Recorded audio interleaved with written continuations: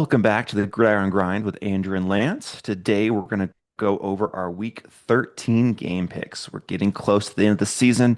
Playoffs are now looking closer and closer, like it's kind of forming. We kind of know who's going to be in now, other than like those last two spots in both conferences. Now it's going to be up to positioning. Who's going to get that one, two, three seed and all that good stuff? Who's going to win their divisions? There's still some tight races going on. It's going to be a lot of fun. But how are things over in Oklahoma, Lance? Actually, you're in Utah, aren't you? This Yep, isn't I'm in this is an Utah. Oklahoma trip. This is the Utah trip. I Things know. going well still? Uh, First off, Andrew, I need to quit traveling, so that way it makes it easier to actually track where I'm at. But no, things are good, man. Went to see the new Wicked movie today. Um, Okay. that Did you was really enjoy it? fun. Yeah, it was cool. I don't think I've told you this, but my uncle is one of the main people at Tuacon, and that's a thing down Oh, in okay. St. George. It's basically an outdoor like musical theater setup. But so I've kind of always followed these types of things, and so definitely was interested to go see Wicked. It was great. The first part was great. Second part was great. So don't let the haters hate. It's actually something fun to go see. And if you're a guy and you're married and you're looking to gain brownie points with your wife, turn to her and say, "Hey, would you like to go see the new Wicked movie?" And I'm sure they would be, like thrilled that you're willing to go with them. So, That's good. That's good marriage advice right there. well, man, happy wife, happy life. Hmm. That's part of it. But I mean, no, it's really fun. I loved it. I've always had a somewhat of a spot for musicals. I think they're great, and it's not like Fantastic Four or Thunderbolts, but you got to have a little bit of everything, right? You gotta Hmm. enjoy. It's just like a Thanksgiving dinner. You can't just have the turkey. You can't just have the mashed potatoes. You got to dig into all of it. You got to enjoy every That's bit of true. it. What would you say a musical is as far as compared to Thanksgiving food? What would you say? Green bean casserole? Oh, no, I would say it's like for me, I'd say it's like the deviled eggs. And this is what I mean by that is Okay. that I enjoy the flavor, I enjoy the taste. I can't watch a musical every day, right? Like, so for me with deviled Hmm. eggs, like I hit like the fourth or fifth deviled egg, and I'm like, okay, it's time to tap out. Like, I can't. So that's kind of how it is for me with Thanksgiving meals comparing that to musicals. It has its place, absolutely awesome. Greatest Showman, that's another great like musical type thing that I really enjoy. My sisters would tell me I'm dumb for saying that, by the way. They just recently we went on a trip together. They told me how much they hated that movie. And I'm like, oh, well, I actually like that movie, but sure. So anyway, yeah. Well, the musical and the TV show Hawkeye is also really good. You need to check that one out. I haven't seen the TV show Hawkeye. Oh, that's right. The Hawkeye, yeah, that is a really good series, by the way. In fact, I want to watch that Hmm. again. Yeah, that's It a is. super It's fun a low series. key. It's a low key underrated, really good series. Probably one of the better TV shows they made because a lot of the TV shows Marvel made hasn't been all that great. There's You been know, there's been some mixed bags. I could understand that. For me, I really liked Loki. Loki was a great The show. yes, yes, that was the top notch. It was, to me, it's Loki. Then I think probably Hawkeye, and I also kind of liked WandaVision a little bit. I would agree about WandaVision. That one was really good. It just depends on like what shows. It depends on what shows you would watch, right? Because Marvel Hmm. has ventured into the more mature themed shows, which Daredevil and stuff. Yeah. yeah. So I, for myself, I have sometimes watched Daredevil, but that's it for me. And even that one's more on the extreme side. I'm definitely not a Jessica Hmm. Jones person. Definitely not a Punisher Hmm. person. But uh, I'm trying to think. I feel like there's one other TV show that I liked from. Oh, the Falcon and the Winter Soldier. I actually enjoyed That was that pretty one. good. That was pretty good. Yeah. It's just because, Bucky and Sam, they have great chemistry together. Yeah, yeah, they do. The Yeah. worst TV show they made though, and I don't care if I'm on island on this, it's She-Hulk. That was terrible. Oh, yeah. I didn't even get through it. Yeah, I for me couldn't that either. I was watched the first few episodes like, nope, I'm out. I'm done. yeah, yeah. That one. I don't know what they were going for there. It's like a chick flick met. a Marvel show, and that was just the vibes were not there for me. Hmm. Yeah, it was not working out. So yeah, I agree with you Yeah. there. Yeah, Well, we do have some really good Avengers movies coming up in the next 12 months, so looking forward to that. Um, but should we segue into some football starting on Thursday? man, Andrew, I am. Is this the best Thursday slate we've had in a while? I was wondering about Two of that, the and I games think for it might sure. be. The third game could be interesting. We'll talk about it, but the first one is definitely like box office, and the second one is a really good game too. So that's very possible because usually the Thursday games are like meh. It's always the Lions who are, other than the past 2 years, were always terrible. It's always the Cowboys, and they usually paid someone you didn't care about. So this year, pretty solid. Yeah, yeah. Well, I'm ready to dive into picks when you are. This is going to be, yeah, it's going to be Let's great. do it. Let's do it. First up is probably maybe the game of the week, honestly. It's definitely up there. I don't even know if yeah, this is probably the best game on the slate. Packers at Lions, Thursday night football, or Thursday, I guess, afternoon football.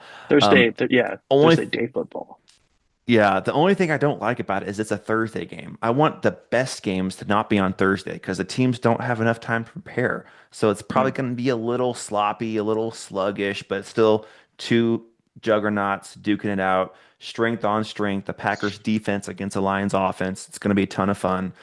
Um, some interesting news came out today that Frank Ragnow's coming out of retirement, but he's not going to play in this game and probably not the next week either. He probably needs a little time to ramp up, but that's mhm. huge news for the Lions because they've been struggling a little bit low key on the interior, and he's been definitely missed. But with the Packers, that defense is top five, probably even top three. I mean, I'd probably say Broncos one, Texans two, Packers three, and I am totally fine with ranking them that way. All three of those defenses are elite in their own different way. The Broncos, that crazy amount of pass rushers they have, getting a ton of sacks. The Texans, they just get ton of turnovers left and right and pressure as well. And then the Packers, probably the best defensive player right now in Micah Parsons. He's just wreaking havoc everywhere. It's insane. And Josh Jacobs is going to be back in this game. He's going to play, which he was kind of already telling that for the Vikings game. So they're going to be a little bit on the healthy side. I just don't trust their pass game, and I don't think it's even fully Jordan Love. It's just they have no receivers. The Tucker Craft injury is really hurting them. Matthew Golden hasn't really been that guy so far this year. Reed's been hurt. They have Dobbs. They have Wicks. They have some kind of just guys, but no one that really scares you. And on the Lions, they're one of the best offenses in this league. Jared Goff is not in that MVP conversation, but he's not far away. He's not far outside of it. He's hanging around probably, I would say, four-ish, maybe five in that vicinity. He's close enough where if he makes a run, he can enter in the chat easily. Jameer Gibbs has been awesome. St. Brown's awesome. Now, the injury to Sam Laporta does hurt them because he is a really good tight end. But that just means more targets for St. Brown, more targets for James Williams. So they have a plethora of riches. This is at Detroit,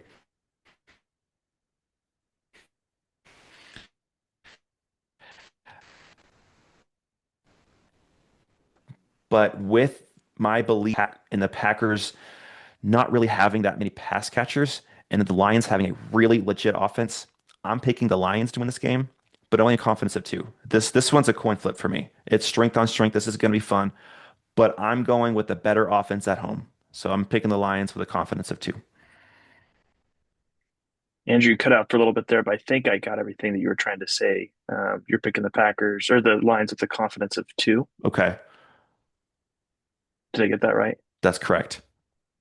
Okay. So I'm Yes. also picking the Lions, and I'm picking them with the confidence of four. I'm just a little bit more confident. For me, it's just matchups. There's a couple of other matchups that I like even less, so that's why I went ahead and went with and put Hmm. them ahead. Um, so, but yeah, I don't think there's anything else I would add to it. With the fact that with this matchup being on the road going into Detroit, it's going to be a tough slate for the Hmm. Packers. Yeah. Yeah, yeah, and I'm just not a believer in Jordan Love in these big games. And again, maybe I am just beating a dead horse with that take, but I just don't see enough out of him. Now, if he had legit receivers, maybe that could change, but they just seem like they just can't find anyone. They're almost opposed to it on accident because they try. They drafted a first round receiver this year, but they just don't have any good pass catchers. They have a bunch of average ones. I mean, that to be fair though, the Tucker Craft injury was That's huge. Yeah, he came out it, of it, nowhere in the past couple of years, and he's been one of the yeah, best tight ends in this league. phenomenal. I mean, really, he's been really, really good. It's a huge Hmm. um, blow to that offense. It definitely Hmm. dampers the potential this team has. Yep, for sure. With him in the lineup, I might go Packers, but I probably would still go Lions just because I believe in their offense and that and they're at home. But it would have been a Oh, lot more interesting. it's the Dan Campbell effect, Andrew. Let's just get to the real facts here. Now that Dan Campbell's taken over the offensive play calls, they're just the best team in the NFL right now. Yeah, because they had to go to overtime to beat the Giants. Best team in the NFL for sure.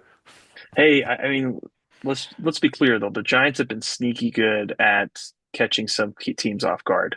They really have. Hmm. I'm not saying they're an elite team, but this Giants Patriots game, you know, possible. It's possible it could be a game that no one expected. I'm not saying that's how I'm Hmm. picking. I'm just saying Hmm. it just happens. They catch you off guard and out of nowhere you're like, wow. And they're about to move to a self-coached defense, and maybe the self-coached defense will be playing way better than with a defensive coordinator. It's possible. Anything's possible. Anything's possible. All right, let's get to the second Thanksgiving game. And this could be better than the first. Who knows? It's going to be a lot of fun. Chiefs at Cowboys. Both these teams have been struggling a little bit this year, but both of them, and like we were seeing in our group chat, with the Cowboys especially, there are some people that think the playoffs or maybe even the division is still in hope for both these teams. No, I don't believe that. It's probably just their fan base, but both got big wins last week, coming off emotional highs. Again, a short week on Thursday afternoon football. Um, but they're both in line to maybe try to fight for that wild card, especially the Chiefs, because they have a little bit better record. But this is going to be fun. Cowboys are playing better. I liked, as far as just this year, improving the defense with Williams and with Wilson, and they stopped the run of the Eagles. Now, is some of that the Eagles' fault? Sure, but you got to give the Cowboys defense some credit. Williams was a disruptor all game long. Logan Wilson was making good tackles, and I kind of believed that those pickups would help the run defense, and at least in one game, it really helps. Saquon Barkley, like we said, at 10 carries for what, like hardly any yards. It was real just impressive. So got to give the Cowboys defense credit in that aspect.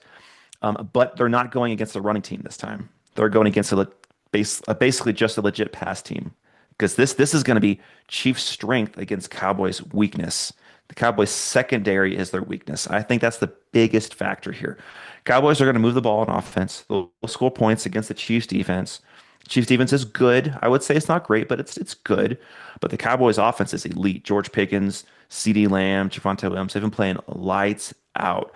So this game is going to be fun. It's going to be competitive, but I am going to go with the Chiefs because again, it's strength against weakness and it's Andy Reid, Patrick Mahomes. It's on the road in Dallas, so that is difficult, but I'm going to go Chiefs with a confidence of 4. I think it's going to be a close game, but I'm going to lean Chiefs.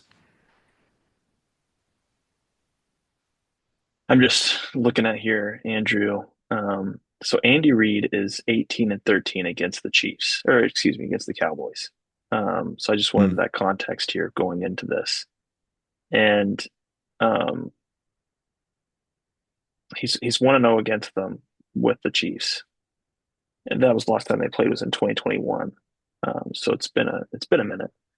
But and there might be a couple of others I'm missing here too. It's possible. But um, as far as for this game, I think that the Chiefs are going to win. I have a confidence of 5, and I do know that Trey Smith is out. I'm sure that's going to be something that's Yeah, discussed. that's big. Yeah. I just I feel like to me, the Cowboys win against the Eagles was more lucky than the Chiefs win against the Colts. Hmm. But um, maybe not. Maybe, if I could go back and watch it again, I would feel differently. I just the Chiefs feel like a more legitimate team to me. I feel like they have more legitimate pieces that haven't come together at the right times, and maybe the defense of the Cowboys will continue to come together and coalesce. If that's the case, then I'm wrong. But I'm going to pick the Chiefs. I got them with the confidence of 5. I'm just a little bit more confident in the Chiefs than I am compared to the Lions. Um, and the Chiefs are a primetime team. They typically play really well in primetime slots. Yes. Um, so we'll see. The Cowboys offense is no joke though. They have played really Hmm. well. I'm really impressed. I don't know what Jerry Jones is going to do. I really don't because right now, I mean, if you're the Dallas Cowboys, Andrew, who would you rather have, Pickens or Lamb? I That's know a who I would fair say. question. I was thinking that same thing. It's a very fair question. Pickens is playing better right now. I mean, that's who I would want. It's Hmm. Lamb has had a really big issue with drops. I mean, he's got a lot of potential, but like those for sure catches you need, he's not really come up clutch Hmm. on those. Maybe things change, but man, if you let George Pickens go, Yeah. They got to it's find a way to rough. pay him somehow. I don't know where they're going to find the money, but that's their problem, not mine. Yeah. So we'll see. I think it's going to be a fun matchup tomorrow. I really do. I'm looking forward to it. Yeah. Yeah. Absolutely. Then we go to the Sunday night game, which this will be fun in its own way, but I am more confident in the winner in this one. But this is going to be Bengals at Ravens. So for the And we mean Bengals, Thursday night game, right? yes, yes, the Thursday night Okay. game. Yeah. Okay. Because you said Sunday night, and I just wanted to make Oh, sure did we I say were. Sunday night? Well, I Yeah. I probably said that because I saw that it's on Peacock, and every time it's a Peacock game, it's Sunday night football. Okay. But I this got is you. Thursday I'm night with you. football on Okay. Peacock, so that's probably why I Yep. got mixed up there. But yes, Thursday night, Bengals at Ravens. Um, so Joe Burrow is going to play. I don't fully agree with it, but the statement he made, I respected the statement he made. He basically, I don't know if you heard it, but he basically said that I'm a football player. I don't care if there's really not really a reason to play. If I'm healthy, I'm playing. I am not sitting out. I was like, okay, I respect that. He wants to play. He wants to support his team. It's kind of pointless though, because even if they somehow win out, they need a lot of help to get in. I don't see it happening. But he's going to play. It definitely is a boost to their offense, even though Joe Flacco's been playing really well.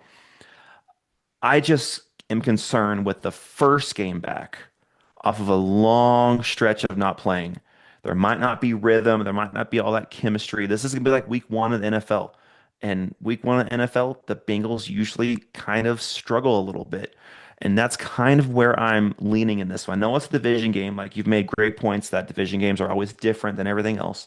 It's always more competitive. And I do anticipate this being really competitive. But I just don't anticipate Joe Burrow being Joe Burrow in this game, being that top two, top three quarterback that he usually is. I think it's going to be a little bit of lumps here and there. Eventually, like in 2 weeks, he's going to be Joe Burrow again. I just don't know if it's here and yet because he's had just a week and a half of practice recovering from his injury, going against the Ravens defense that's playing better. They're not like great defense, but they've been playing better. They've been scrappy. They've been feisty. They're getting healthy. Lamar Jackson's healthy. Derrick Henry's playing really well, going against one of the worst defenses in the league. Now I know they'll play better because it's a division game. Thursday night football, Thanksgiving Day. They'll play, they'll fight, they'll play better, but they just don't have that much talent. So I'm going with the home team. I'm going with the Ravens. It's probably going to be a close competitive game, but I'm going Ravens with a confidence of 9. I just don't see how the Bengals pull this off. Game one of Joe Burrow. If this was game three of Joe Burrow, could be a different story. That's game one. He's going to be a little rusty, I think. Um, yeah, I do think that this is going to be an interesting game because of division. For me, I feel like that the Joe Burrow momentum is too late. It's just a little.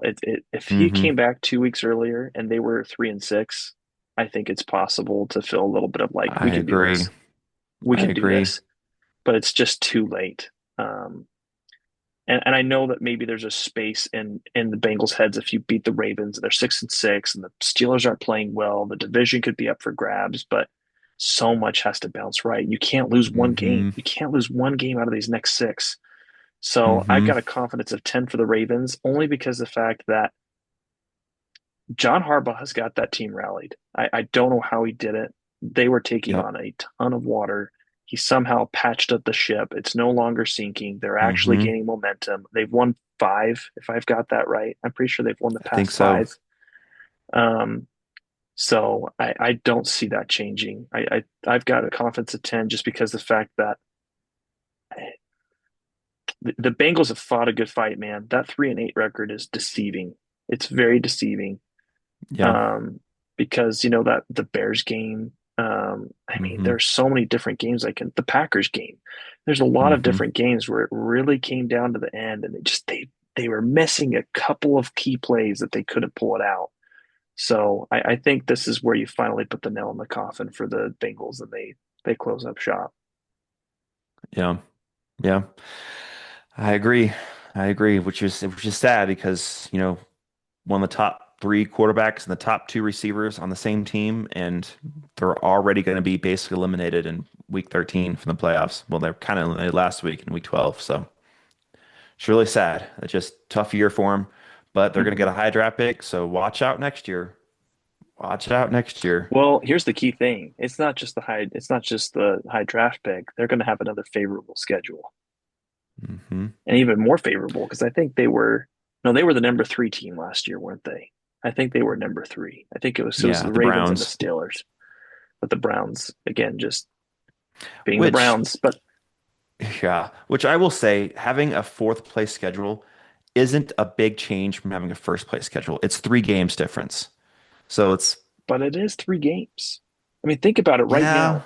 If the Bengals win three of these games, what they go to 6-5. I'm just saying like that can be the swing. Like it really can be. It changes things. yeah, yeah. I can hear the argument from a fourth place to a first place schedule, but between fourth and third, it's like you're either playing, I don't know what division you want to talk about. If you want to talk about the NFC South, it's like you're either playing the Saints or you're either playing the Falcons or the Panthers, probably the Falcons. I mean, it's not a huge difference in those games. Now, if you're talking about either playing the Saints or the Buccaneers, okay, I can see that being a big difference. But between fourth and third, it's similar to me. That's just my opinion. It's just like the Vikings this year. If they get fourth place, I'm like, all right, we're gonna have to base the same schedule Well, as the Bears and then the Packers and the Lions outside of 3 games. here's one example, Andrew, is if they go from third to fourth, it could be the difference between playing the Raiders or the Chiefs, or for the NFC East, the Commanders or the Giants. That would be the difference in the two games that you'd have. That's a pretty big difference in who you'd be matching up Well, I against. don't know. I would say for the Giants, watch out for them next year. They're going to be a dangerous fourth place team. People who have the fourth place schedule and play the Giants, which I think, no, Minnesota does it. Are they actually, they might get the Giants next year if they do get a fourth place schedule. I think I was hearing that because the Giants are going to get Blake Neighbors back. They're going to get Cam Scatterbo back. They're going to have a high draft Mm, pick. Jackson Dart's going to get more playing time, more, and they're going to actually might get a coach that can coach football. They're going to be a dangerous team. You don't want to play the Giants next year. Are they going to win? Are they going to get the playoffs? I'm not anticipating that, but they are going to be a tough team to beat. So anyone who gets a fourth place schedule and has the Giants, like, oh, that should be a win. Watch out. They're going to be scary. I almost prefer to play the Commanders and the Giants because at least you know where you're getting from the Commanders. All right, mm, stop Jaden Daniels, his running, and then do your best to contain his deep passes, and then you have a chance. With the Giants, you don't know what you're going to get with Jackson Dart. yeah, yeah. No, I All see what you're right, saying. side rant over. Okay, moving on to Sunday or the Sunday football slate. Not yet. Black Friday. Oh man, How did you forget about that game? because I'm slightly nervous about this game, Andrew. That's why. Are we saving that I one for honestly last, or we're don't doing it right think you now? should. We can save it for last if you want to. That makes sense. No, we could dig into it. We could dig into it. That's fine. Okay. It's Black Friday. It's a special game. Okay. Um, I think the fact that you guys lost last week is so helpful.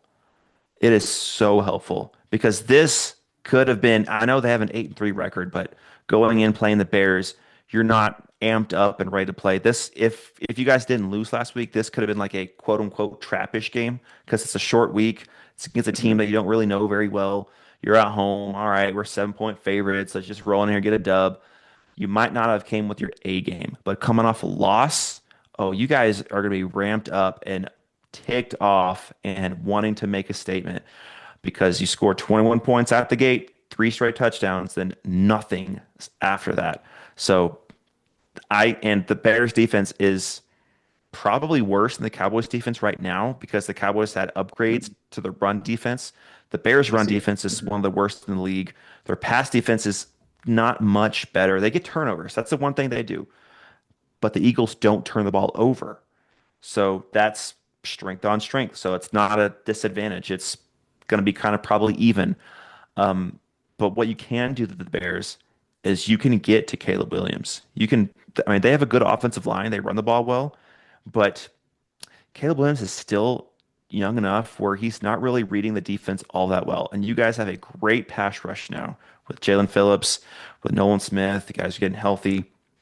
So I think that you guys are going to be able to run the ball fairly well. I think you're going to be able to get to Caleb Williams enough, and I might be a little biased here, but finally prove that the Bears aren't as good as the record. They are who we thought they were, as Denny Green would say. I So give the what's Bears a ton of credit for this, for winning. Winning is hard in mhm. this league, and they find a way to win every single week when it looks like, okay, this is the week they're going to slip up. And it's crazy. It's kind of like the 2022 Vikings. They just keep finding a way to win. Difference is, though, they're at Philly. I don't think they're going to find a way to win at Philly. If this was at Chicago, I could think about it a little bit. Like, hey, you might get some momentum, some, wind blowing your way in the Windy City, but it's at Philly with your fans, your stadium coming off a loss. That's huge. I'm gonna go Eagles, and I got a confidence of 8. I got Eagles a confidence of 6. A little side note on this is that Devontae Smith might not be available this week. That is true. That is a big loss if that happens. And Yeah. that if that happens, that's going to be a really big factor for the Eagles to try to figure out. Saquon Barkley is also banged up, which just saying, take Bigsby as the number two guy. Maybe go easy on the running back that's not feeling super healthy, and insert the other guy and give him a chance. Mm-hmm. The guy that got 8 yards on one carry on Sunday with only one attempt. Talking to you, Kevin Patullo. Don't blame anybody else and point fingers at anyone else. Rotate people in, please. Mm-hmm. Um, but I feel cautiously optimistic we're going to pull this off. Andrew, I don't want to repeat of 2023. That was such a horrible Mm-hmm. season. Um, I am secretly dreading that possibility, but I'm hopeful the Eagles pull it out. So I'm going to go with them. I, I've thought about this more and more, Andrew, since we talked yesterday. I'm not mad at Jalen Hurts. I know there's more that Jalen Hurts can do, but I'm still Mm-hmm. struggling to see the arguments of it's Jalen's fault. Jalen has to play better. It's on him. I mean, our offensive line has got to do its job. They got to do Yeah. their job. I mean, and I thought about it. I mean, just think about if we went to the 21-0 stretch in the Cowboys game. If the offensive line had actually done their job, opened up running lanes, allowed our running game to get going, what could that game have looked like? I don't know. Yep. But I mean, our series could have gone from, being 2 minutes to 5 to 6 minutes. And then that's time you're taking away from the Cowboys offense. It's time you're giving for your defense to rest. I mean, there's a lot of these little X factors that I'm just like, why why are we not looking at ways to get the running game going?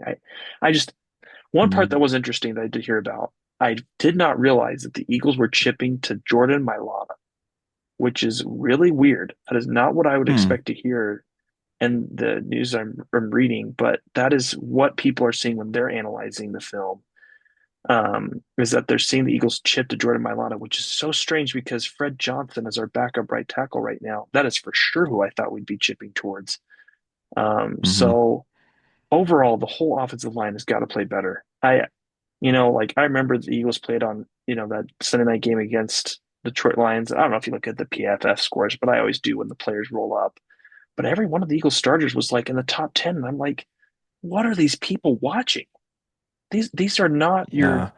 they're not playing like a Yeah. top 10 offensive line right now. Like they're not. PFF PFF is fun and can be good data, but man, past couple years, like just like what you're seeing right now, I haven't fully agreed. I'm thinking, really?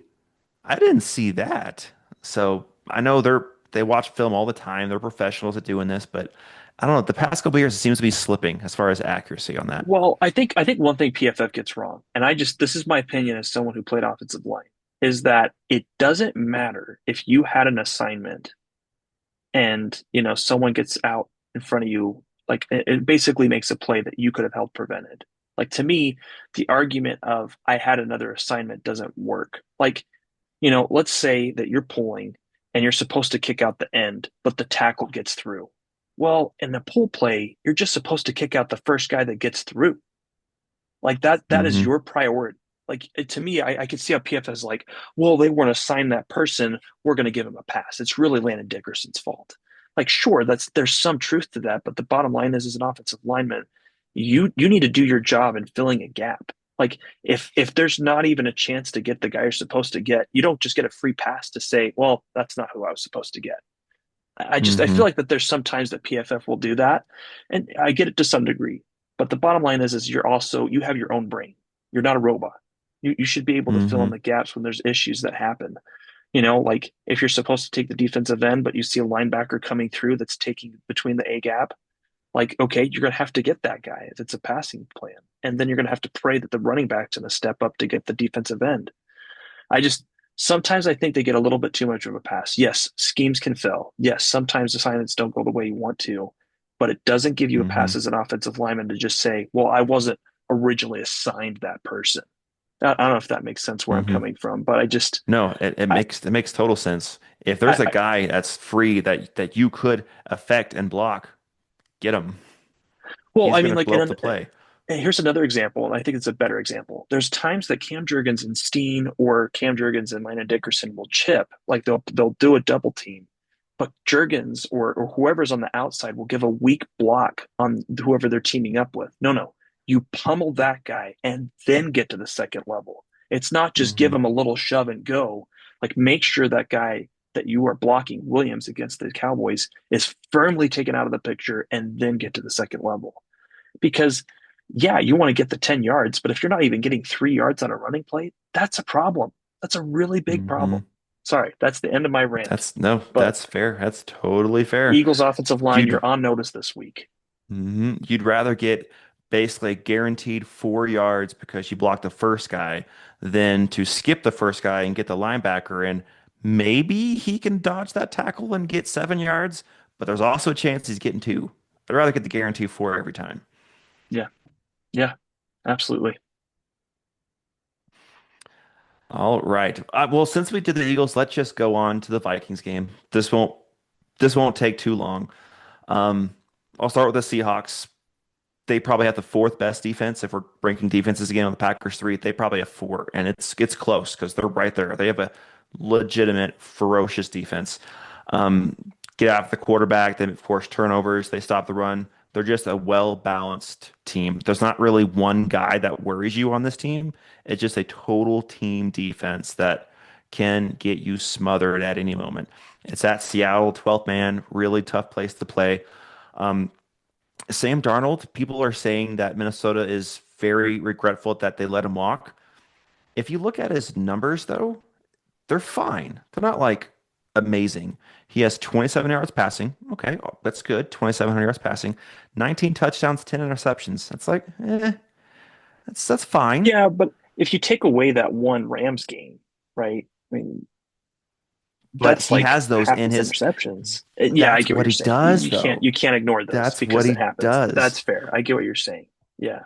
He has those moments where I don't know if it's some people call it the blue screen of death. I don't know what it is, but he has those games in him where he just reverts to like a JV quarterback. And then the next Yeah. week he is lights out again. You're like, well, what happened to the Sam Darnold we knew and love?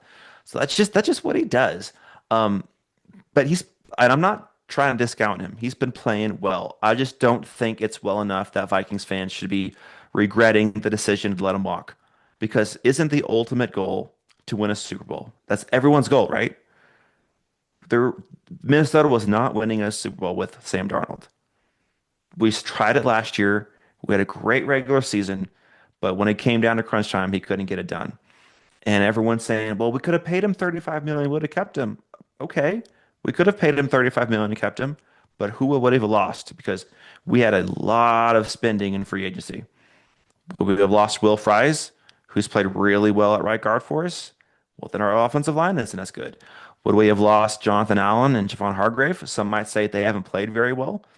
Well, they're still playing well enough to get on the field and have the rest of our D linemen fresh who are playing well. If they're not fresh, they're not going to play as well. So if we lose them, our defense isn't playing as well. There's ramifications and domino effects to everything. If we kept Sam Darnold, sure, our offense would have been running smoother. Absolutely. We probably would be 7-4 instead of 4-7. I think that's a fair estimate. We would be competitive. We'd be more fun. But will we win a Super Bowl? No, we wouldn't. So what's the point? That I just want to get that out there because there's a lot of Vikings fans saying, "Oh, we could have, should have kept Sam. We should have kept Daniel Jones. We should have kept Kirk Cousins." Yeah, any of those options, we're not a Super Bowl team. We're barely a wild card playoff team, which is where Minnesota has lived their whole lives. And we need to change that narrative. We need to get to a potential Super Bowl team. I'm not saying they are right now. I'm not even saying they are next year, but there's the potential because you have a rookie scout quarterback and you can develop your own quarterback instead of you know what you get with Sam Darnold. You don't really know what you have in J.J. McCarthy in 2 years. That's all I'm saying. But Seahawks have been playing well. And I would say, just like Minnesota last year, I don't think they're a Super Bowl contender. They're a good team. I'm not going to lie. They are a good team. They're going to be a tough playoff team. But I don't see them beating a Philly. I don't see them beating a Rams when it comes down to crunch time and you need Sam Darnold to win you the game. I will still believe until he does it that he won't have that ability. He will fold. He will make a bad play like he did against the Buccaneers, did against the Rams. That's just what he does when the stress is up. When it comes down to that moment, you need him. The rest of the 3 quarters, he's going to play great. But when it comes down to it, I just don't think he's going to be able to do it. But JSN, like we've said, he's probably going to break the receiving record. He's been playing so well. He's probably going to get 150 and 2 touchdowns in this game. But also, Sam Darnold is probably going to throw an interception. That's just how it goes. Even though Minnesota has not had takeaways this year, I think this is the game where they get one or two, but it's not going to super matter. JJ McCarthy is in concussion protocol, so it's going to be Max Brosmer. I'm okay with seeing what we have in Max. I want JJ McCarthy to play the rest of the year. I want him to get those reps, those valuable reps, but at the same time, he gets hurt. Okay, let's see what we have, with Max Brosmer. I don't think this is a Brock Purdy situation, but I can't say it's not. So just see what we have in the kid. Coaches love him. The players love him. He gets a lot of good hype. I will say this though, and I was very happy that Jefferson and Aaron Jones did this. In their press conferences, they had McCarthy's back. They said, it doesn't matter what the world says. We know what he can do. He's going to prove everyone wrong next year, or he will act when he comes back, whenever that is. Justin Jefferson was having the bag. Aaron Jones said he's so proud of him, his poise. I love that. Players still have McCarthy's back, and I do believe in him still. But I'm excited to see what Max Brosman can do. But this game, we're 10.5 point underdogs. I think that might be a little bit of a stretch. But it is at Seattle, and I do understand because you don't know what you have in Brosmer. But I think this game's probably going to be a little bit more competitive than the Packers game. But still, it's Minnesota. This isn't our year. I have the Seahawks winning. And like I tend to do, I have this as a confidence of 16. That way it's a win-win for me. Seahawks win, I get 16 points. Minnesota wins. Hey, Minnesota got to win. I want a little less. I'm going to go Seahawks with the confidence of 13. No other details I'd add, Andrew. I think you covered everything, so I think we're good to go move on to the next one. All right. All right.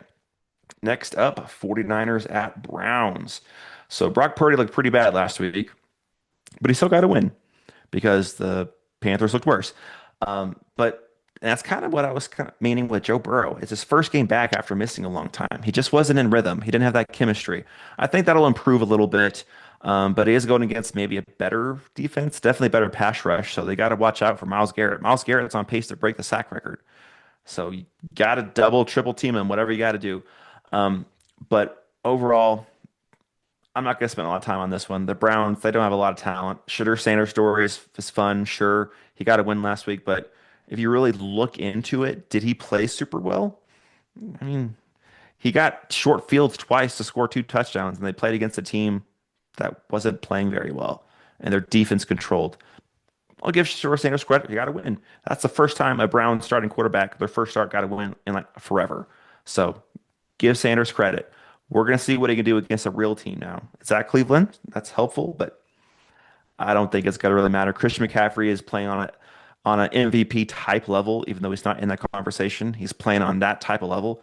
I mean, it's crazy to see because ESPN shows the highest rushing and highest receiving stats for both teams. And every single time it's McCaffrey on rushing and receiving. He has, this is wild.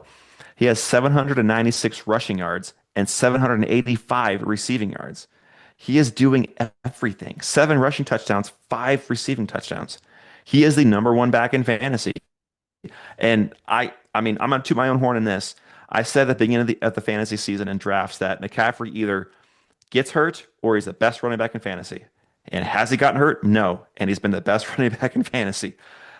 And it's always a pattern. So next year, I am not looking at drafting him at all because next year there's a chance he can get hurt. That's just what he does. I don't get it. That's just what he does.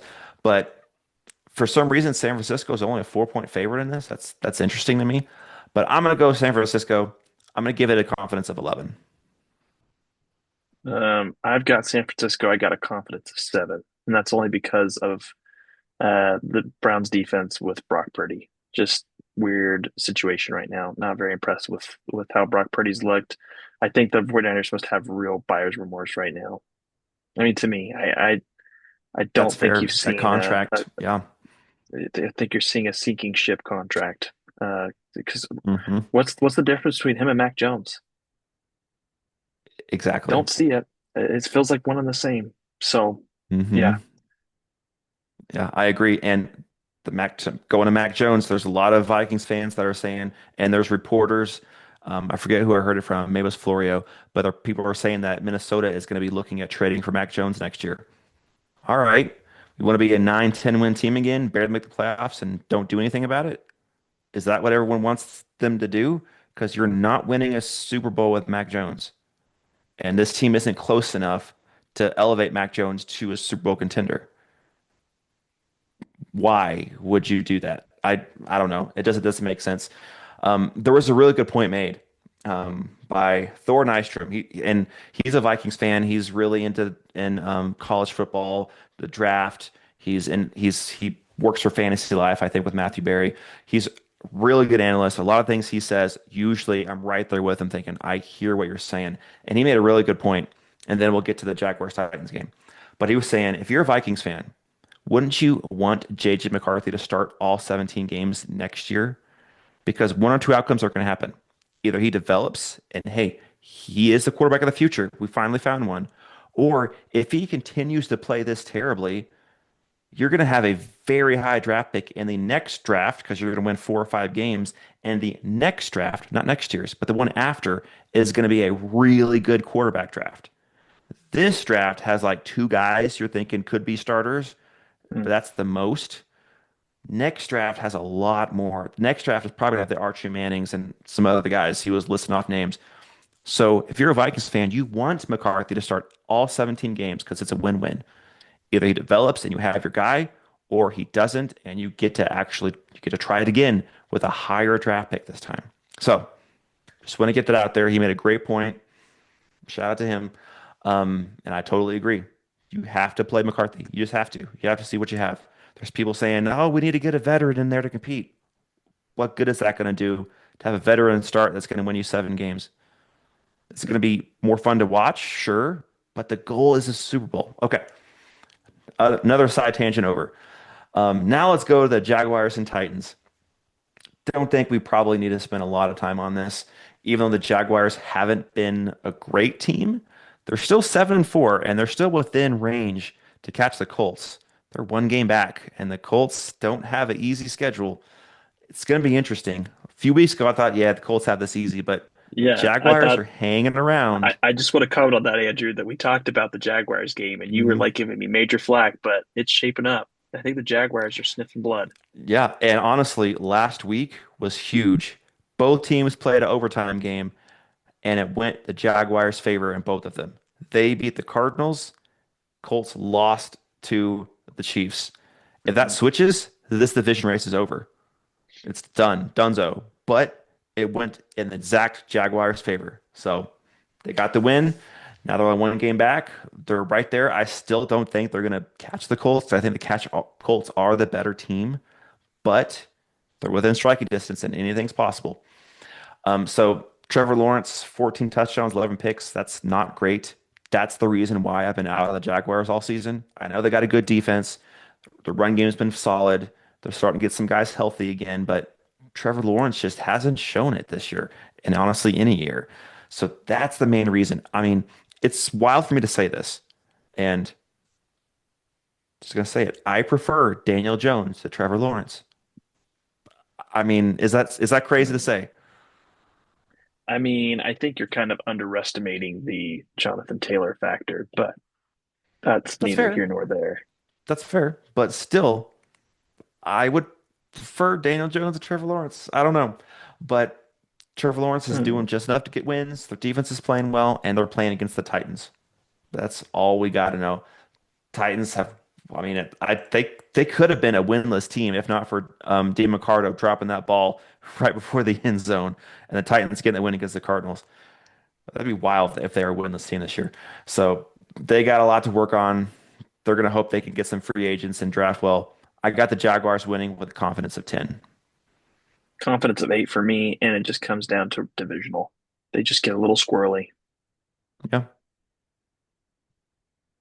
A little squirrely and a quarterback that likes to lose the game or he likes to win the game like against the Chiefs. Trevor Lawrence won that game for them. Credit to They Trevor sure did. Lawrence in that one. They sure did. Yeah. Okay.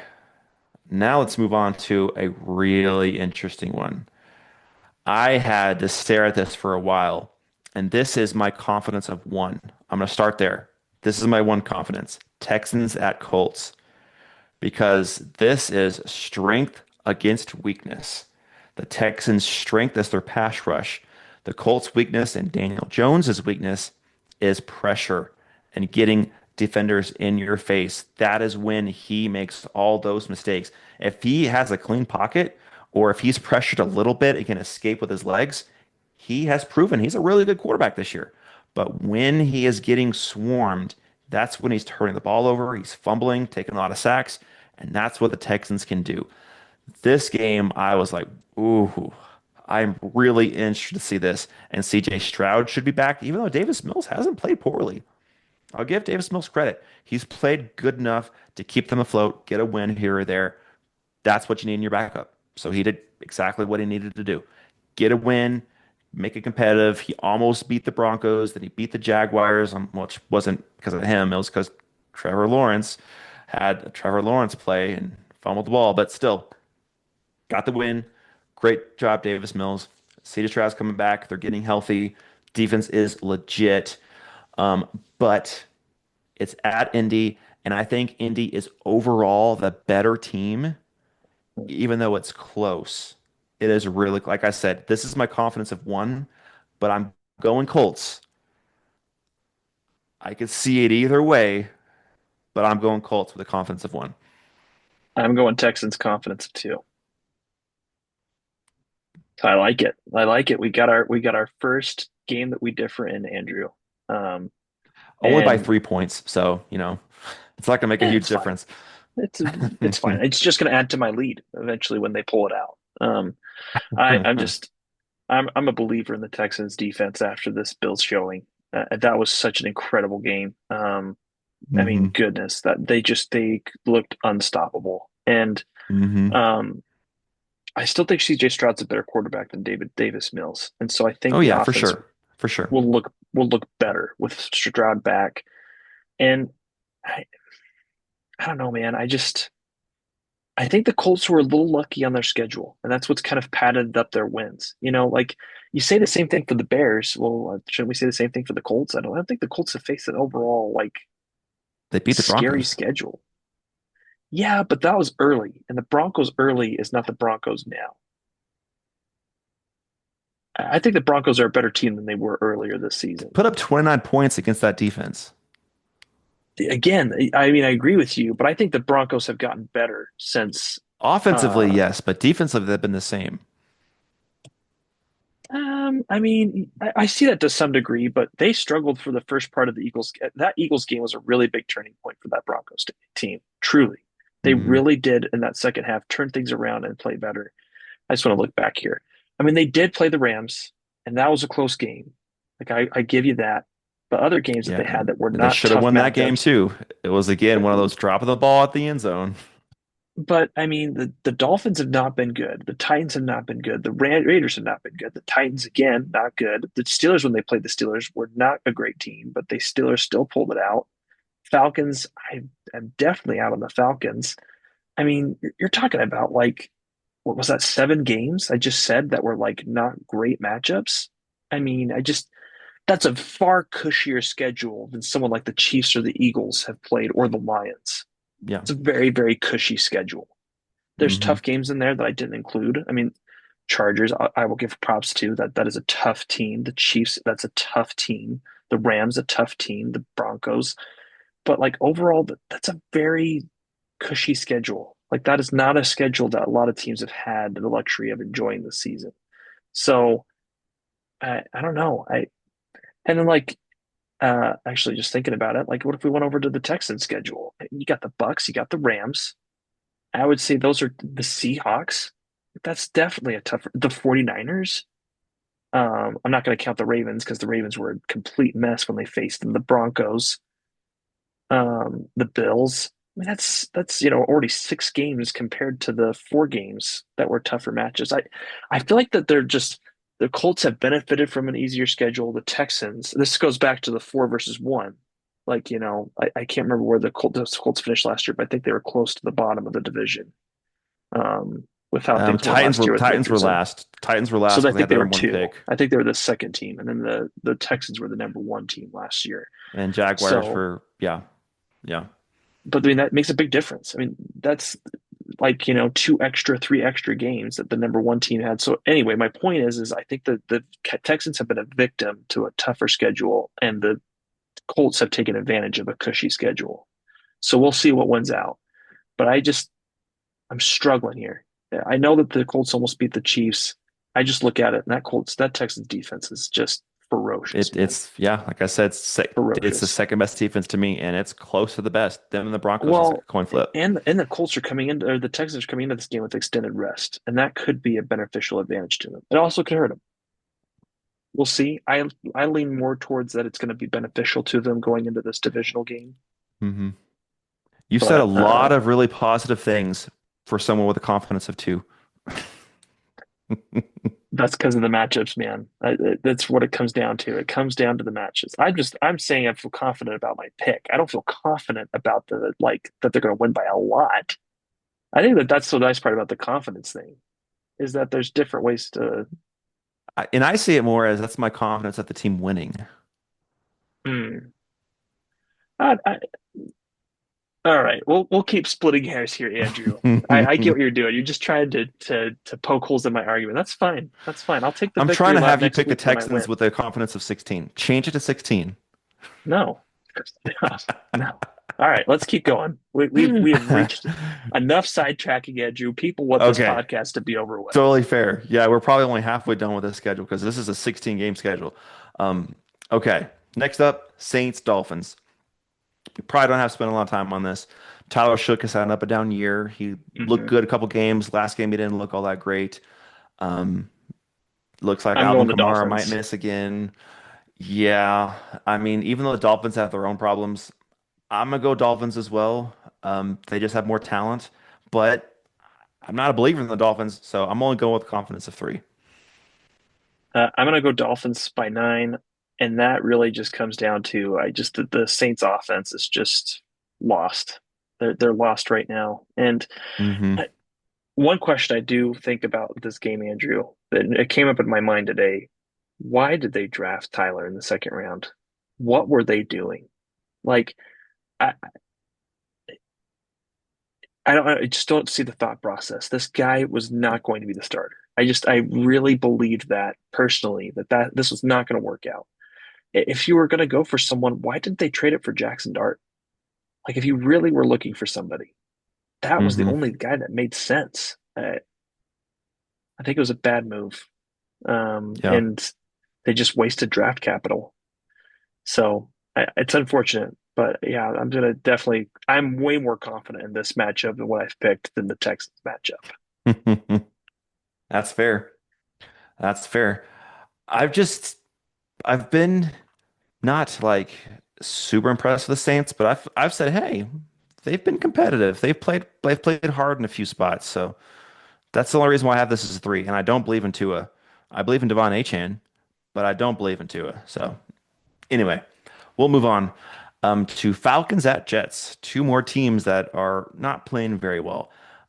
Falcons dealing with some injuries. It's Kirk Cousins the rest of the year. Drake London's out again. I think that is kind of low key big, but they are playing the Jets, one of the worst teams in the league. Tyrod Taylor, that doesn't do anything for you. Brees Hall, sure, he's fine. They're also missing their best receiver in Garrett Wilson. So Falcons defense is pretty good. And if you're comparing to fantasy, like I know you like to do, especially with offensive players, Falcons defense is ranked seventh overall this year in fantasy points. So they've had a good defense, getting sacks, turnovers. Now that Minnesota game really helps because they scored like 25 fantasy points, but that's neither here nor there. But I'm gonna go Falcons. They're just the overall better team, even though they're not a good team. They're the overall better team. I'm going Falcons with the confidence of five. I'm going Falcons with the confidence of 1.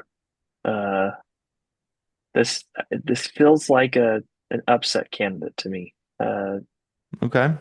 I do have to admit, the part that tipped me was it's the Jets trades. If Williams and Gardner were on this team, I would flip the other way. But because those Oh, trades, yeah, I could see that. Yeah.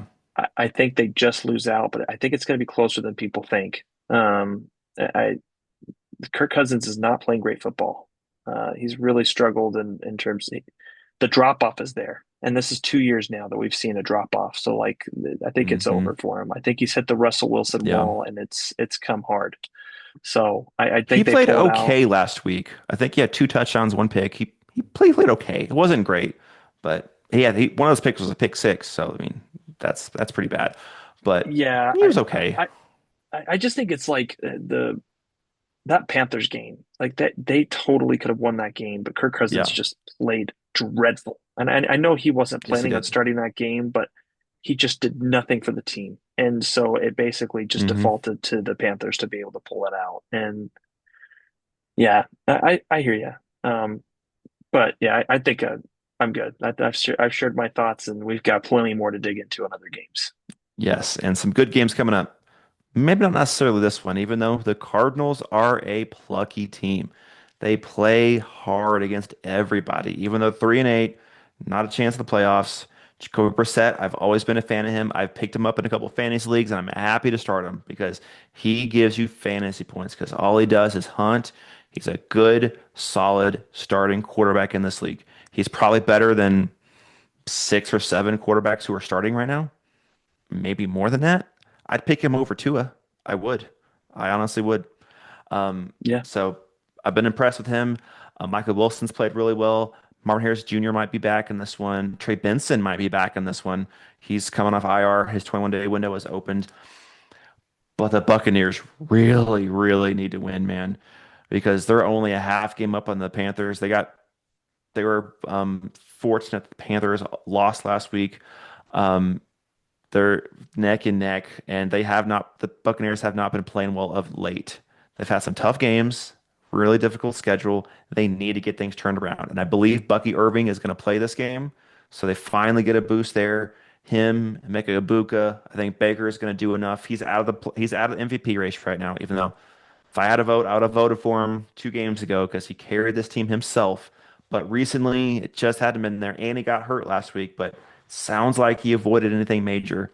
I think he's going to play this game, but I'm not sure if that's been officially announced yet. But it's at Tampa. They desperately need to win. I have them winning, but Cardinals are a plucky team. They're going to be competitive. I only have this as a confidence of 6. I'm going to go with the Buccaneers at confidence of 11. And for me, it's just at the point that I really believe that the desperation has got to kick in at some point here. Yeah, Uh, Here's the thing. If the Buccaneers lose this game, Panthers win the division. Lock that in, that I'm prediction. okay. I'm okay with that. Yeah, I'm okay with that. I just, I, the Panthers looked like a good team last Monday. It's just the Bryce Young train, man, is just maddening because you go from the highest of Hmm. highs to lowest of lows, and it just constantly craters because Hmm. Tom Purdy had a horrible game, and the game was there for them to take, and the offense just could not get going. They could not figure that out, Hmm. and if they could, I mean, 20-9 loss, like there was meat left on the bone from the offense. You Yeah. don't lose 20-9 and say the offense did everything they could. So, Hmm. back to the Buccaneers game. I'm going to pick the Bucks. I believe this team is a better team than the record indicates. This is a I agree. team that is the victim of a schedule that was brutal. Such a And brutal injuries, schedule. a lot of difficult injuries too. Yeah. Yeah. Yep. I agree. They're better than their record. They probably are more of a 7-8 win team as far as their talent is right now. But they're six and Yeah. five, hanging on by a thread. Luckily for them though, their rival, the Panthers, get to play the Rams this week. Rams at Panthers. It's at Carolina, so that helps out Bryce Young in home field. But man, the Rams are such a train right now. They are just so good on offense and defense. Their pass rush is getting to people. Their secondaries can get a little leaky at times, but they're getting turnovers, like you said, against Sam Darnold. They got 4 of them. That Rams offense, Matthew Stafford, MVP level. He's what now? Let me see, 30 touchdowns to 2 picks, 15-1 MVP. ratio. It's Are you over. kidding The me? MVP race is over. I That's completely my agree. opinion. They just hand it to him right now. Hand it to him. Good job, Matthew Stafford. Has he ever won it? I don't I don't think think he he's ever has. won it. So this is great It, because he's been a I great mean, quarterback with some bad teams. So I'm happy the that he's the going to win cool it this part year. the cool part for Matthew Stafford is this season, to me, if I was a Hall of Fame voter, he is now a first candidate Hall of Famer. To me, I could believe I'm that. I'm I done. could I've believe seen that. everything I needed to. He's had success with Hmm. 2 teams. He's won a Super Bowl. He's Hmm. been to multiple Pro Bowls. He's been an All Pro. Yeah. What else would you need, man? I mean, what he's doing this season is just, I don't care Phenomenal. about the supporting cast. He deserves so much credit and accolade for Hmm. how he's played this year. I agree. Been great. I agree. And right now they're the best team in the league. And I know the Panthers have been playing well. They're 6-6. I would say that they're as good as the record, in my opinion. That they're a good team, but they haven't quite reached that level of Hmm. legitimate playoff team. They might make the playoffs. They're right there. If I was gonna guess, I would guess they miss only because this game is most likely a loss. I'm picking the Rams with confidence of 13, which means that's their 7th loss with a handful of games left. They can't afford to lose anymore to make a wild Hmm. card. So I would guess that they're probably going to miss out, but I wouldn't be surprised if they snuck in because they have played well. They're a better team than they have been, but Rams are just a different animal, man. I got the Rams confidence of 13. So this is interesting. This game, Andrew, reminds me so much of the Eagles Panthers game from last year. I feel like the Rams are coming in on a really high, and this Panthers defense is a good defense. I think that they could give the Rams a little bit of a challenge. I know the Panthers struggled against the Bills, so maybe that happens again where they don't quite play as good against top level talent. but I got the Rams with a confidence of 3. I think this is going to be kind of a similar thing to last year where Xavier Legette got a pass deep from Bryce Young, drops it, and it Mm. would have been a touchdown. Like this feels like the type of game to me, like a 28-21 finish where the Rams just barely hold on. And I don't think it's a thing that it's where the Rams are bad. I just think this Panthers team, man, they just know how to make things interesting. So we'll see how they play against them at home. But I think the Rams pull it out, but the confident to 3. It's very similar to your take on them last week. And I made a point of, I think you're just saying that because you want the Rams to slip up because you still have hope No, your Eagles can get that 1 seed. no, that is definitely not it. I'm telling you, go back and look at last week. That game was closer than people think it is. Yeah, there was an 11-point difference, but those Brock Purdy interceptions, the offense just needed to capitalize. With if they had capitalized, that would have been a closer game. It would have. But they So played against a average defense against the 49ers. Now they get one of the top defenses in the I Rams. hear you. I hear you. And I think it's totally fair. I just it it's really tough to go across the country to play. It's really, really That is a tough. fair point. Yes, that I can hear for sure. And I just think you just had a really high high. You had a really high high against the Bucks. It couldn't have gone any better if you were the Rams. I could see this game becoming. I think about last year, the Chiefs and the Panthers. The Chiefs go on the road against the Panthers, and people were like, "This is going to be a good. It's going to be a for sure win." And the Chiefs had to kick a field goal within the final minute to beat the Panthers. This is a Hmm. team that people just sleep on. That's all I'm saying. People sleep on the Panthers consistently, and I feel like that every once in a while, like once out of every 4 games, I think you can see a game where like, wow, I just didn't see that coming. I'm not saying this is a team that's going to go deep. This is just a team that Hmm. they are good at catching people sleeping. Okay. Okay. We will see what happens. Next up is this could be an interesting game. Bills at Steelers. Both teams who have a lot of hype going into the season, especially the Bills, both struggling a little bit, both coming off a loss where they probably should have won those games. Like the Bills, they were in the red zone with like a minute left, could have won the game, but another interception by Josh Allen. And I watched that play a few times. I don't know where he was going with the ball. Wasn't all that No, close to yeah, his receiver. I don't know if no, his receiver ran the wrong route. It's possible, but that ball wasn't anywhere close to his target. So it just didn't look good. I know the Texas defense is legit, so you get a little bit of a pass there, but you're Josh Allen. You have to find a way to win those games, even though you don't have receivers, and he didn't do it. And with the Steelers playing against the Bears, I know, yes, it's Mason Rudolph, but again, I don't feel like that's a big drop off from Aaron Rodgers. I don't think if Aaron Rodgers played that game that they got a big enough boost to win it because of how everything else happened in that game where they kind of gave it away, which the Bears take it in the fourth quarter. I give them credit. But both these teams have been kind of struggling. Bill's best player on their team is probably James Cook right now, at least the way that the players are playing. Josh Allen's still the most talented, but James Cook is playing better than Allen right now. And I don't think that's a crazy thing to say because James Cook he's been awesome. And the Bills just don't have any receivers. That's just been a problem. Josh Allen has 18 touchdowns, 9 picks. That's a 2-to-1 ratio. You need to get that to 3-to-1 to be a really successful quarterback here. It's not like he's been playing poorly, but it's just not been enough to win in these tight games. And for the Steelers, their defense is pretty good, not elite, but pretty good. So I think they can slow the Bills up a little bit. But I've never really been a big Steelers believer all year, and I'm still gonna side on that.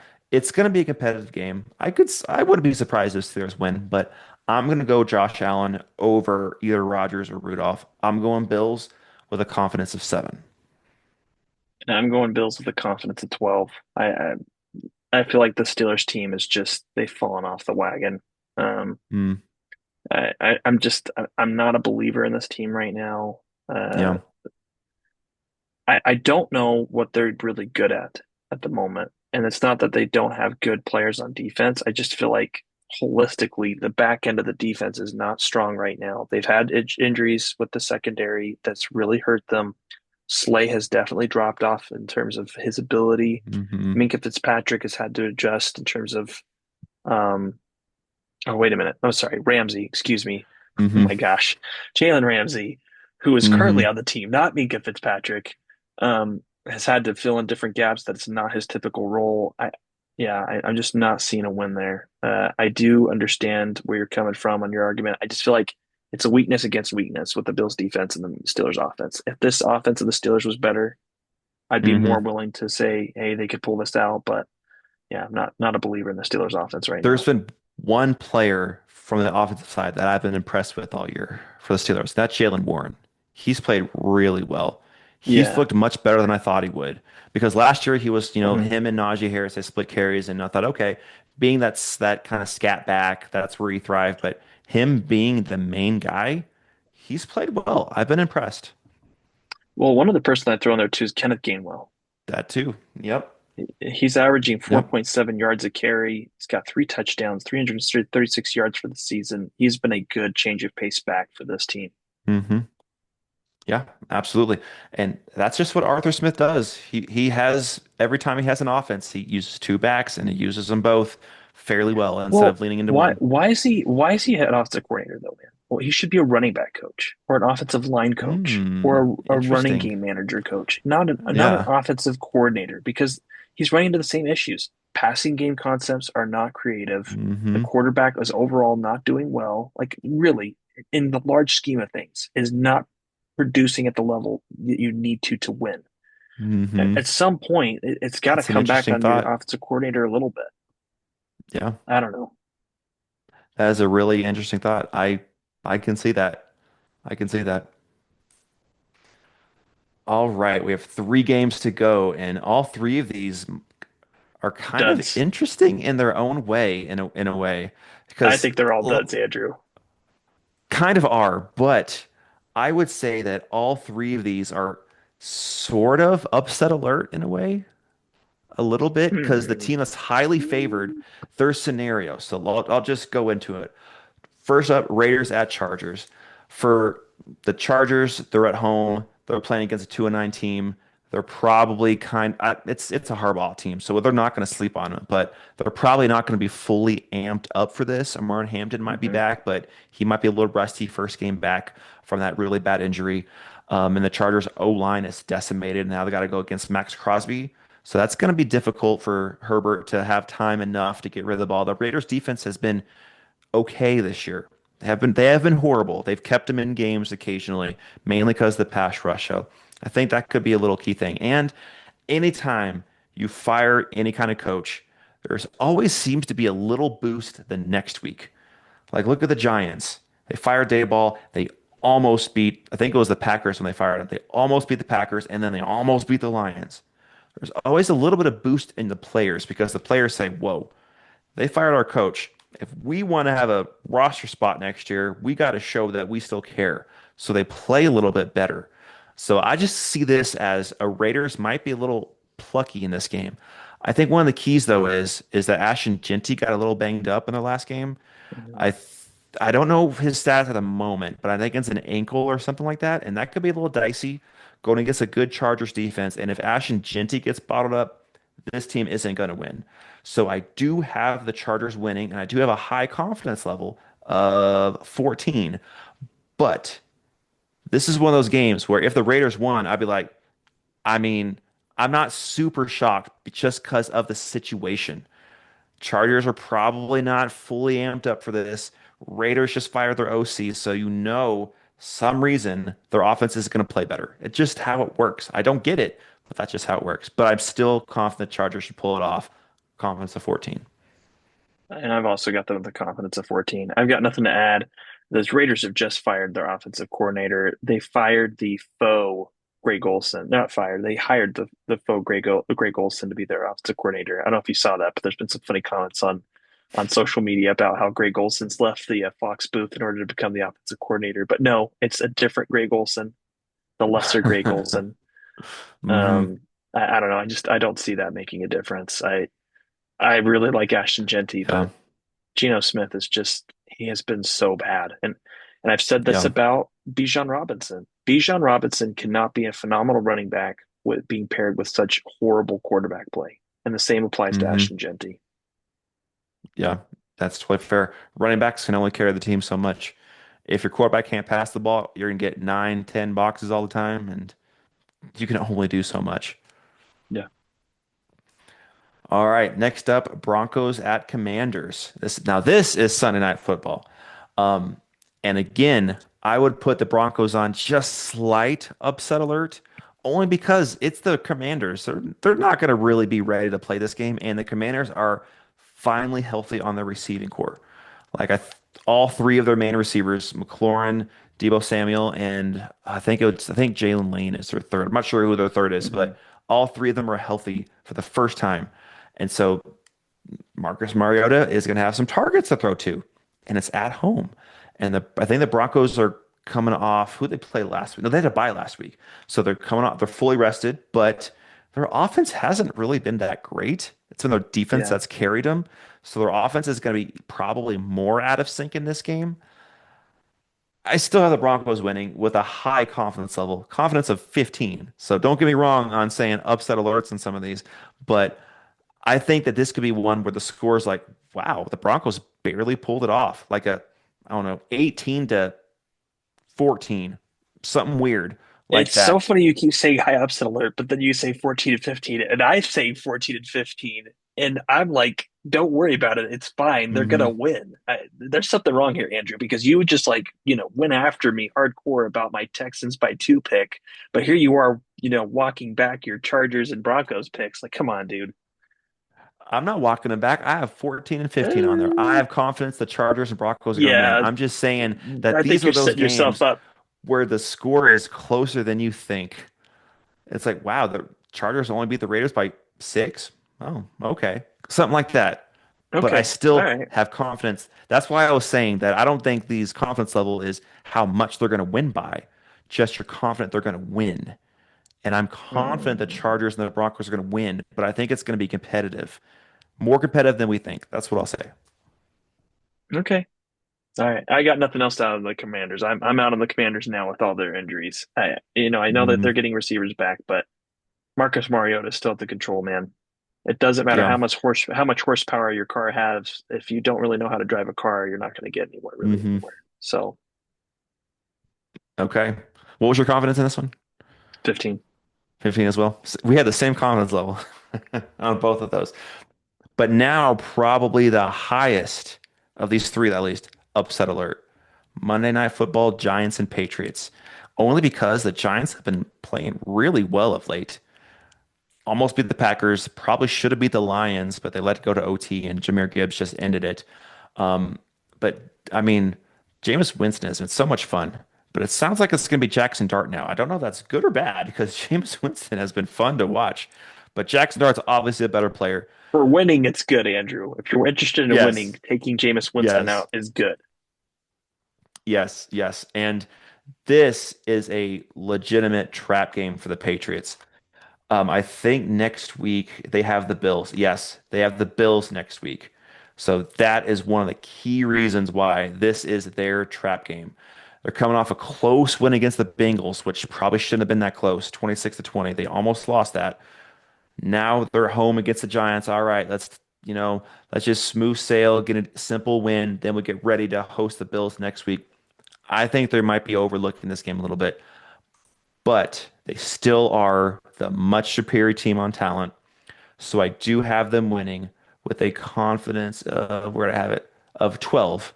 So still high confidence, but this out of the three we just went over is the highest potential upset alert because of the trappish vibe. Because we got the Bills next week. That's all they're thinking about. If we beat the Bills next week, we guarantee we lock this division up. If they lose to the Bills next week, then they're one, I guess, 2 games up because they've split, but it's dicey if they lose to the Bills next week. So they're mainly focused on that right now. But they're still much better team. Giants should not win this game, but the Patriots better show up. That's all I'm saying. I hear you, and I've got the Patriots with the confidence of 16. Um, I just Patriots are rolling right now. I see what you're saying. We'll see what happens. Could be closer than I'm thinking it'll be. Um, but Patriots being at home, way they're playing Hmm. right now, I think they're going to roll. Yeah, they definitely should win. But the Giants could very well be 4-8 right now with a win against the Packers and a win against the Lions. They were that close to beating both those really good teams. So they're feisty. They're feisty, and the Patriots are definitely looking to next week. Yeah, yeah, yeah. Well, I mean, All that's it, man. right. That's our picks for the Yeah. week. We'll see how this Yeah. all turns out. I'm 16 excited games. though. This is a lot. We'll have a really good indicator how this week's going after tomorrow. Mm-hmm. Mm-hmm. We were pretty much in lockstep, I think, all but one game. One game we had opposite. That was the Houston and Colts game. We have some confidence levels different for sure, but only one different pick this week. I don't know if I like that or not. Well, it's either bad news for me, or it's good news for you. Actually, it's good news for you all the way around because if we're both right, you still win because you're up by like 80 points. If we're both wrong, you still win because you're still up by 80 points. Hey, I'm still trying to get the crown over our friends in fantasy football. So, we're still competing against Steven and Dallin and Logan and this stuff. So, yeah. I will say this, and I'm still looking into it because the trade deadline is in 2 days. And I'll say this because I'm probably not going to do it, but I had really strong thoughts of pulling of what Logan did because he saw that even though he has a good record, he's probably good chance to make the playoffs. He has no legit chance. He was looking at his team kind of like the Bears should be looking at their team. They're not a Super Bowl contender.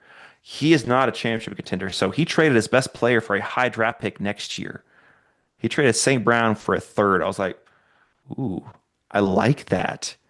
I like that. And then if you look at Dallin's team, he's built, and he did this legitimately. He traded here, traded there. He's built a juggernaut. He drafted really well. His holes, he traded, he plugged. He has a insanely good team. He's projected for like 150 something points this week, which is insane. I don't know if I truly believe my team would be able to beat his in a playoff game. So I was strongly considering doing what Logan did and seeing who wanted my best player so I can get two third round draft picks next year to have a shot at next year. Because I don't know. Outside of injuries, injuries happen. You can't predict that. But outside that, just matching team to team, I don't feel like I stand a chance against Dallin's team. Now, last year, I felt like I had the easy going away best team in the league, and I didn't win. It's fantasy. Things like that happen. So Mhm. Dallin's team could absolutely get beat out first round of the playoffs. It's fantasy football. We don't know what's going to happen, but just on paper, my team does not compare to his team. And my team compared to yours and compared to Eli's, it's close, but you're both those teams are probably better than mine overall. So I'm thinking, do I pull a Logan or do I pull an Eli and trade a third round pick for a superstar? Does that get me over the top? So I've been thinking that through. I don't think I'm going to do either one because I really don't want to lose a third round pick next year and not win this year because then next year's draft is going to suck. And I love the draft. So it was tempting to trade like a Drake London or a Mhm. Tyler Warren for a third or a fourth. It was very tempting, but I don't think I'm going to do it. I think I'm going to stand pat. Yeah. Well, I'm looking forward to seeing if there'll be any news from your football team. Yeah, we'll see what happens. I mean, I picked up the Broncos defense, so I got the best defense, but they have some not easy matchups coming up, so don't know how much that's really going to help. And I've just I don't have like a superstar that you can predict gets 20 points easy every week. I have a bunch of good players, but no superstars. So it's like, man, I don't love the team I have at the moment. It's good, Mm. but I don't love it. My best player is Jalen Hurts, and we both know that as far as quarterback play, not fully his fault. It's not been like top tier every week. It's been good, but it's not been, hey, I can trust him to get me 25 every single time. Not really been that. Yeah. So we'll see what happens. Yeah. Well, I'm excited, man. It was good to get our picks out of the way, and looking forward to seeing Yeah, how everything falls together, falls into place. absolutely. I mean, if you want to send me a third round pick for Jalen Hurts, I'll be listening. I'm good. I'm good. I feel, I've made the move. I went for Chase Brown. We'll see if the Chase Brown move puts me over the top, and if not, I'm not going to cry over dropping 3 rounds from seventh to 10th. That's fine. Hmm. That's the max of my moves for next offseason now. Hmm. Yeah. Yeah. Well, that's all I got. Yep, same man. You have a happy Thanksgiving, Andrew, and happy Thanksgiving to all of our listeners. Yes, Hoping you guys absolutely. enjoy the day with your family and enjoy all of the football coming your way. Absolutely. And I'm very thankful that we get to do this. It's a lot of fun just talking football, recording. It's been good times. Amen, man. Likewise. Love it. Can't wait to compare notes about how our Thanksgiving meals were. Absolutely. Absolutely. Well, everyone, thank you so much for joining us in this episode of the Gridiron Grind with Andrew Lance. Be sure to have a very fun Thanksgiving weekend. Be sure to like, comment, and subscribe, and we will see you next time. And Eagles, please win on Friday. Go Birds.